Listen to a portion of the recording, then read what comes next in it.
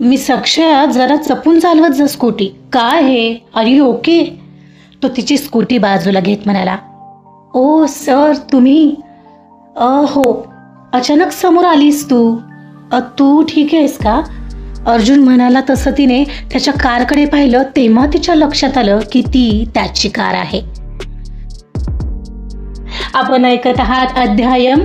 या कथेचा पुढचा भाग सुरू करण्याआधी प्लीज माझ्या चॅनलला सबस्क्राईब करून घ्या आणि आधीचे पार्ट ऐकले असल्याची खात्री करून घ्या. चला सुरुवात करते. अध्यायम भाग 17. अर्जुन ऑफिस बाहेर येऊन तिथेच बाजूला फोनवर बोलत होता. आतापर्यंत एकही मेड तुम्ही बरोबर पाठवली नाहीये. काय मेड होती लास्ट टाइम पाठवलेली, जरा म्हणून चव नाही जेवणाला. तुम्ही प्लीज ज्याला कोणाला चांगलं जेवण बनवता येतं अशा व्यक्तीला पाठवाल का? मला उद्यापासून अर्जंट हवी आहे मेड. ओके ठीक आहे म्हणून त्याने फोन ठेवून दिला. अक्षया अर्जुन पाठोपाठ लगेचच ऑफिस बाहेर निघाली होती घरी जायला. ऑफिस बाहेर पोहोचली पाहते तर तिथेच बोलत असलेल्या अर्जुनचे काही शब्द तिच्या कानावर पडले. ओ मेड बघतायत वाटतं.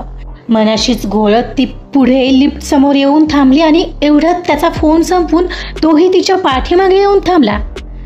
तो असा तिच्या औरा कक्षेत आला की तिलाही थोडा जडपणाच वाटला.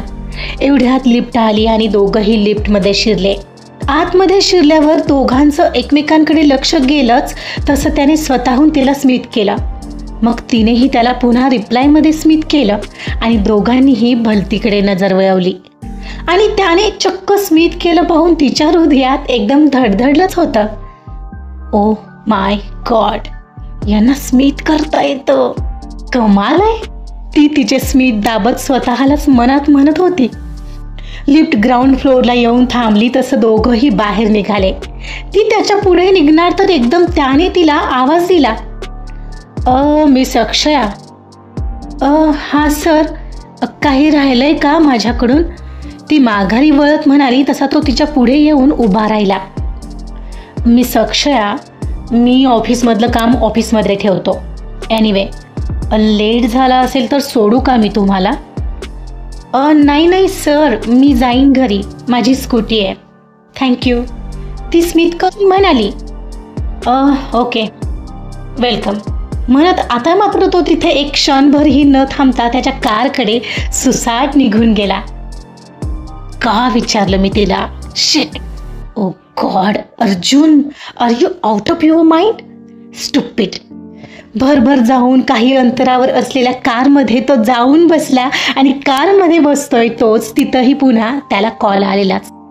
इकडं तिला मात्र हसू येत होतं. बाप रे, हे काय होतं? चक्क सरांनी मला सोडू का विचारलं. अनबिलिव्हेबल. ती त्याच्याच विचारात तिच्या स्कूटीकडे निघाली होती. म्हणजे चांगलं बोलता वागता येतं यांना, मग मध्येच काय होतं? सकाळीही तसंच आणि दुपारीही तसंच. आय थिंक त्यांचा एकच प्रॉब्लेम असणार, वड्याचं तेल वांग्यावर काढणं. अवघड आहे रे देवा. मला जाम क्युरिओसिटी वाटते हल्ली त्यांच्याबद्दल. काय एवढ्या चिडचिड करत असतील बरं? त्यांच्याकडं पाहून वाटतंय सगळ्या जगाचा भार जणू काही त्यांच्याकडेच आहे. बिचारे, या सगळ्याचा त्यांना स्वतःलाच त्रास होत असेल ना. जर का हे सांगता आलं असतं त्यांना तर किती बरं झालं असतं. पण काय उपयोग, ते का बोलतील माझ्याशी? ॲक्च्युली मला ना आता कीव वाटते त्यांची. म्हणजे इतका हँडसम हा माणूस, पण फक्त त्याच्या चिडचिड करण्यामुळे त्याची सगळी रया जाते आहे. त्यांना ना नक्की एखाद्या चांगल्या मैत्रिणीची नाहीतर बायकोची गरज आहे. काश त्यांच्याशी मला मैत्री करता आली असती तर. हा काय विचार करते मी, कसं शक्य आहे? तिने स्वतःच्याच डोक्यात मारलं. ते पडले एक बॉस आणि मी फक्त एम्प्लॉई, तेही कॉन्ट्रॅक्टवर. मनाशीच विचार करत ती स्कूटीवर बसलेली हेल्मेट चढवलं आणि भानावर येत स्वतःलाच म्हणाली. ओहो miss Akshaya, will you keep aside this your all day dreams? दुसऱ्यांच्या आयुष्यातल्या प्रॉब्लेमपेक्षा आत्ता सध्या तुला घरी पोहोचणं जास्ती महत्त्वाचं आहे. नाहीतर बाबा उगाचच काळजी करत बसायचे. ती असं म्हणाली होती एवढ्यात तिचा मोबाईल वाजू लागला. तिनं काढून पाहिला तर त्यांचाच कॉल येत होता. अरे बापरे, बाबांचा कॉल येतोय. तिनं तो पटकन उचलला. बाबा, मी निघाले आहे, काळजी करू नका, मी पोहोचेन एक 15-20 मिनिटात. Okay, bye. त्यांनी पुढं काही विचारायच्या आत तिनं सगळं बोलून टाकलं आणि पटकन फोन ठेवून दिला आणि स्कूटी चालू केली. ती वेगाने पार्किंगमधून बाहेर निघाली. एवढ्यात बाजूने येणाऱ्या कारने जोरात ब्रेक दाबला. आज थोडक्यात धडक झाली असती तिची त्या कारशी. तिनंही अचानक ब्रेक दाबला, पण तिचा कंट्रोल सुटला आणि तिची स्कूटी पुढं जाऊन पडली. आता डाव्या हातावर पडलेली ती, त्यामुळे हाताला जरा खरचटलेलं तिच्या. ती स्वतःला सावरत कशीबशी उठली आणि स्कूटी उचलायचा प्रयत्न करणार तर एकदम कोणीतरी येऊन तिला स्कूटी उचलायला मदत करत असल्याचं तिच्या लक्षात आलं. मिस अक्षया, जरा जपून चालवत जा स्कूटी. काय आहे, आर यू ओके? तो तिची स्कूटी बाजूला घेत म्हणाला. ओ सर, तुम्ही? हो, अचानक समोर आलीस तू. तू ठीक आहेस ना? अर्जुन म्हणाला. तसं तिनं त्याच्या कारकडे पाहिलं तेव्हा तिच्या लक्षात आलं की ती त्याची कार आहे. मी विचारलं, तू ठीक आहेस का लागलंय? तिचं लक्ष नाही पाहून त्याने पुन्हा विचारलं. हो, मी ठीक आहे सर म्हणत तिनं डावा दुखावलेला हात वर केला. तसं तिला खरचटलेलं त्याला नेमकंच दिसलं. ओ, हाताला लागलंय तुझ्या आणि ठीक आहे काय म्हणता आहेस? चल, मी सोडतो तुला. नाही, नको सर, मी जाईन. मिस अक्षया, मी काही तुम्हाला खाणार नाहीये. तो जरा आवाज चढवत म्हणाला. तशी ती गप्प बसली. ही स्कूटी इथंच राहू द्या, उद्या घेऊन जा हवं तर. चला, मी सोडतो म्हणत तो सरळ कारकडे निघून गेला. आता नाही म्हणायला त्याने काही ऑप्शनच सोडला नव्हता तर. मग मात्र ती तिची स्कूटीची कीज आणि पर्स घेऊन त्याच्या मागोमाग आली. तिला त्याच्यासोबत कारमध्ये जायला उगाच टेन्शन वाटत होतं, पण तो एव्हाना ड्रायव्हिंग सीटवर जाऊनही बसलेला. तिचं त्याच्याकडे लक्ष गेलं तर तिला सीटवर बसायला खुणावत होता. मग मात्र ती डोर उघडून त्याच्या बाजूला सीटवर बसली. अलगद दार लावून घेतलं आणि आत कारमध्ये येताच तो फ्रेशनर तिला आणखीनच दडपण आणत होता. त्याचं तिच्याकडे आणि तिचं त्याच्याकडे एकवार लक्ष गेलं तर तिनं त्याला आणि त्याने तिला कसंबसं स्मित दिलं आणि त्याने कार स्टार्ट केली. कारमध्ये आता भयान शांतता होती. तो समोर पाहून मुकाट्याने कार चालवत होता. ती मात्र त्याच्याकडे पाहायचंही टाळत होती.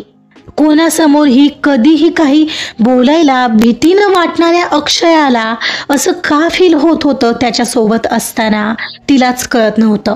उगाच एक प्रकारचं दडपण आलेलं तिला. एवढ्यात त्याचा फोन वाजला, जो की त्याने लगेचच उचलला.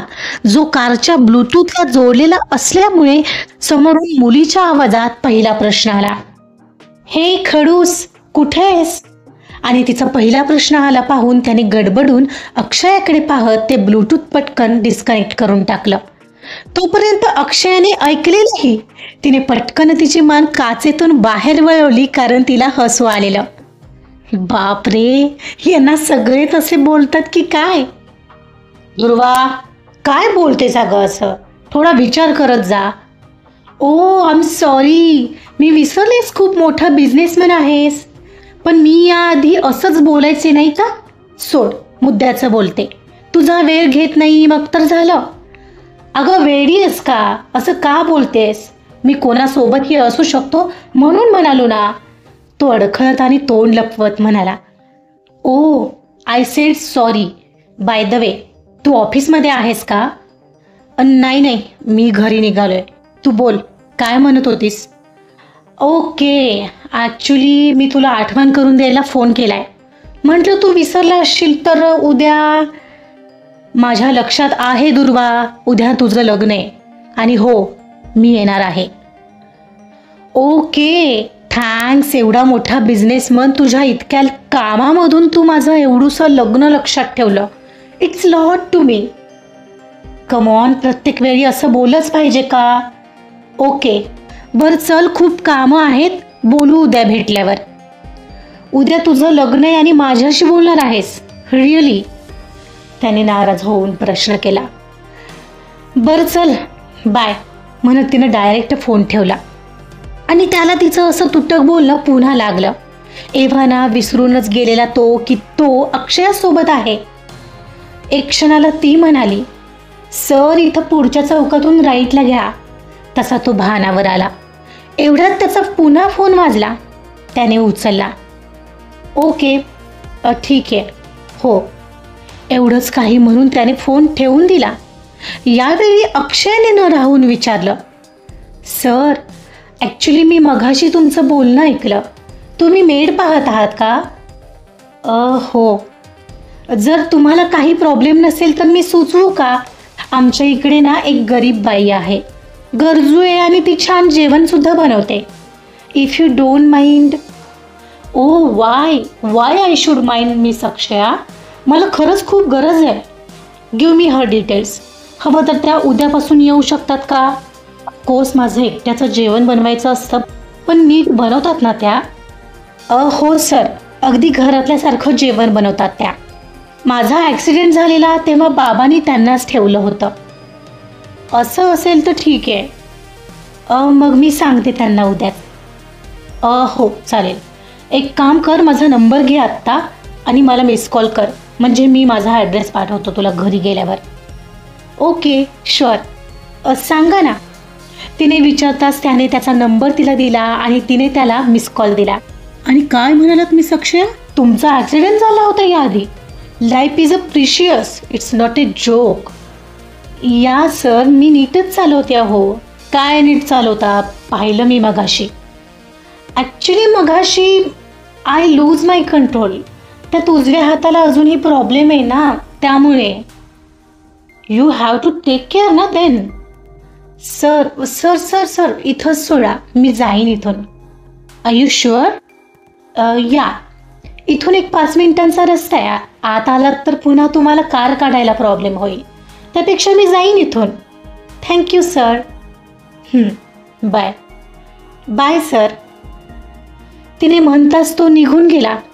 ती उतरली तेव्हा पुन्हा बाबांचा फोन येऊ लागलेला पाहून तिनं तो उचलला आणि धपाधप पावलं टाकत ती घराच्या दिशेने निघाली. किती वेडी मुलगी आहे ही.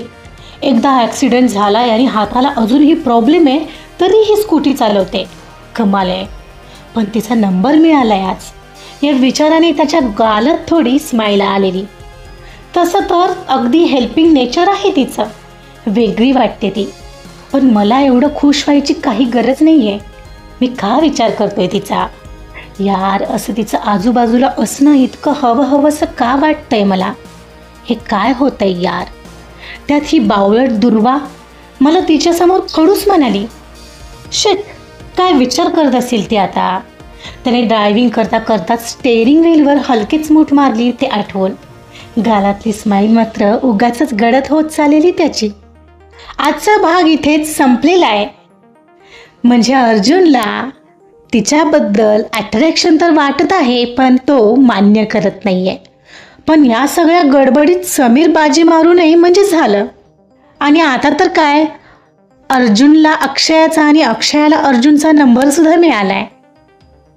बघूया काय होतंय पुढील काही भागामध्ये. ऐकत रहा अध्यायम.